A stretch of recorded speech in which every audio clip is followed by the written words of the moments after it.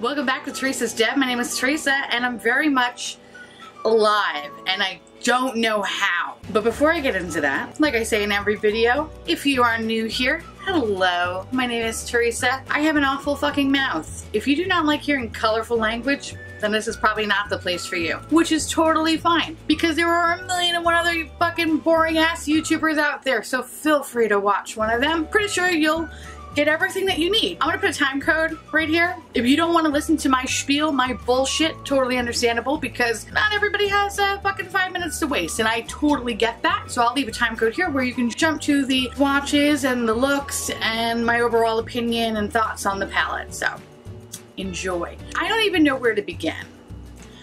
I had all intention of filming a video yesterday, but I was so fucking traumatized about what happened that I just couldn't do it. I literally got home and I literally had to dissect what happened. My commutes have been awful. For whatever reason, this whole month has been really fucked up, and I think it's because all the good normal people are on vacation and all the crazies are just roaming the goddamn subways. And normally, I wouldn't mind. When you start getting creepy or scary, then it's not so funny anymore.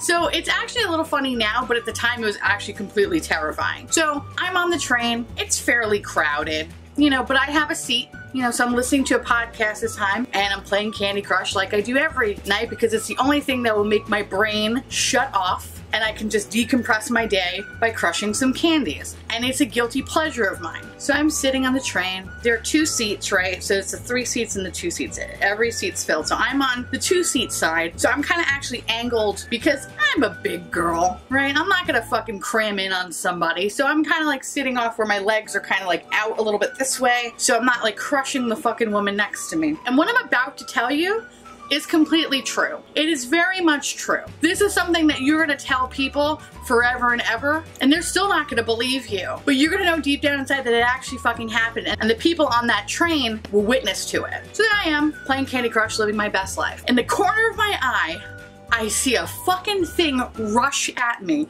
Like, rush at me. If you guys have seen the new It movie, where Pennywise like, and he like runs at the camera, that's what it was like, okay? Enough for me to go, ah! Like, I actually screamed because I was not expecting that. A lady ran up to me. She's a crackhead. You're probably saying, oh, Theresa, judgment. No, she had a crack pipe in her hand. That's how I know she's a crackhead. What level of Candy Crush are you at? After I was done screaming for about 20 seconds, I was like, so she said again, what level of Candy Crush you at? Now everybody on the sides of me went like this. They went to sleep. And granted, if I was in their position, I would have done the same fucking thing. Because that's what happens when crazy people or crackheads or just, you know, people begging you to buy candy. That's what you do. You fall asleep because you don't want to deal with people. So you just go, and that's it. No, everybody around me decided it's time to go nappy nap while I had to deal with this crazy bitch. So I did not answer her because I was so in shock that someone ran up to me and asked me what level of Candy Crush I was in. I have never in a million years have ever had that happen to me. So what level of Candy Crush you at? Right? Like, she's twitching. She reminds me kind of like a zombie. It was very weird, very uncomfortable. I looked at her and I said, I don't know. I don't know. I don't know. You have to know. I'm on the screen. So now I'm like almost about to cry because I'm like, what the fuck is my life right now? So I realized this lady is right. So I said 993. This lady, well, I guess. Candy Crush goes that high? And I just went, yeah, it does. Well, shit. You must be a real good player. I'm like, yeah, I am. Are you the Candy Crush queen? Maybe. And then I guess she could kind of sense that I was like, I don't know, terrified. So she kind of brought it down a little bit. She went, you know, you look like somebody. And of course I'm thinking in my head, yeah, I probably look like the person that probably killed your parents and that's why you're gonna come kill me. You look like Drew Barrymore, but you're fat. First of all, I don't look like Drew Barrymore. I never look like Drew Barrymore. Fat, yes. Drew Barrymore, no. So I just went, oh, okay. I think I was more thrown off that she called me Drew Barrymore. What she did was she went down, she tried to find anybody that was on their cell phone playing a game, and if they were playing Candy Crush, she would scream and ask what level they were on. Some people responded. The people that actually did respond, they were much lower than where I am, which I know not to toot my own horn. So she would then literally yell in a crowded train, No! Drew Barrymore!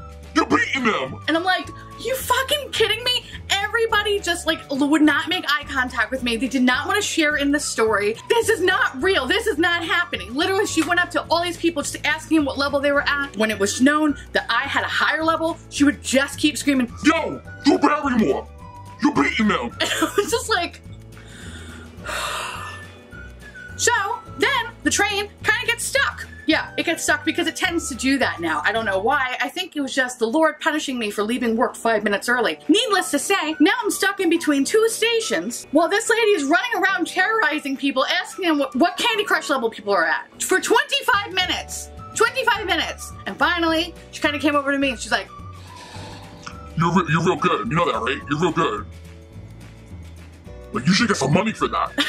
which I was like, I don't think there's a thing for money, but you know, if there is, I will do it. Like, I didn't know what else to say. So finally, the train pulled into the station. I was thinking about getting up because I was like, you know, fuck this. I don't want to be on this train anymore. God forbid I stay on and this lady stays on and she'll know like what stop I get off. Didn't want to deal with it. So I was tempted to get up, but this lady kind of like rushed to the door and was like doing this, like waiting for the door to open so she can get out. When the doors open, she turned, she looked at me. Back that Drew Barrymore! And she ran. She ran up the stairs faster than a crazed possum, okay? She's like, and I tried to make eye contact with everybody that was sitting on the fucking train, and nobody wanted to look at me. Everybody was like this. Because it's like, I see, I'm fucking starting because I don't understand how people just didn't even go like, that was crazy. Like, nobody even said that. Everyone was just like, is it my stop now? Like, everybody just did not want to acknowledge that happened. So this is my plea to New York City. Y'all, come back. Just all you regular people that commute with me every day, like, I know we push and we shove each other. Sometimes I tell you to choke on a dick and die. Can you just come back? Because I want my normal commute back. I don't mind being shoved and pushed and all that stuff. I'd rather deal with that than I have crazy crackheads run at me and ask me about my level of Candy Crush. I like weird, but that's a little too weird for me. So to my folks that don't live here and that want to come here, really ask yourself, do you really want to come here? What I lived through could be your reality, which sounds really fun, but it's fucking terrifying when you're living through it. Now I can laugh about it. Last night it was not funny. Last night I was like, oh my god, I could have died. Because you don't know when someone's like fucked up on drugs, you don't know how they're gonna go. Like, you hope it's gonna be a lovable drug addict that you're gonna be like, oh man, you're so funny. But sometimes shit goes south real fast. And I'm glad at least I appeased her with my high Candy Crush score and looking like a fat Drew Barrymore. Hit that like button if I look like Drew Barrymore, or hit that like button if I don't look like Drew Barrymore. I'm fat, I know that, so you don't need to tell me that. Okay. Whew, all right.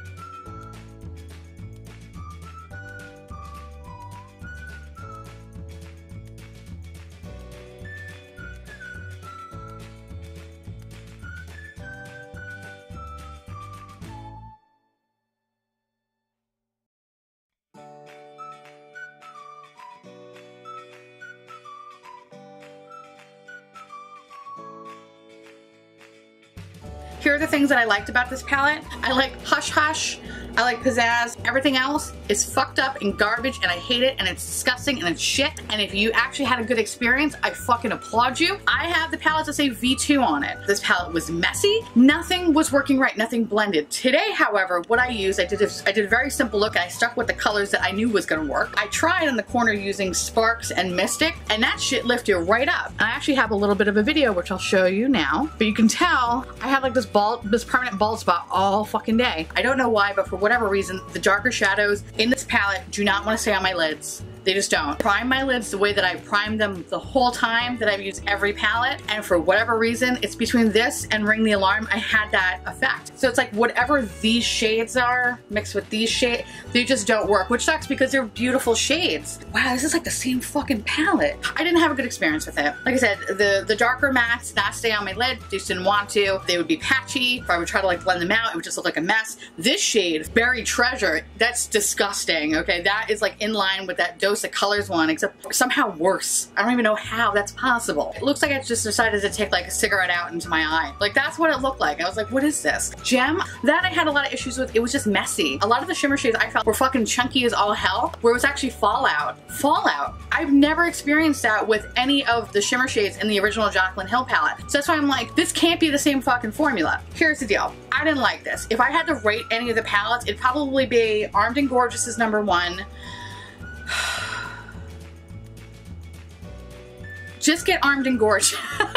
The other ones I feel like are not that great. The looks that I created with Ring the Alarm, I probably were some of the prettiest that I've ever done. It was just a fucking pain in the ass to do it. Sometimes I don't have the luxury of taking 6 hours to do my makeup in the morning because I gotta get up and go. I don't want to have to work so hard for something, all right?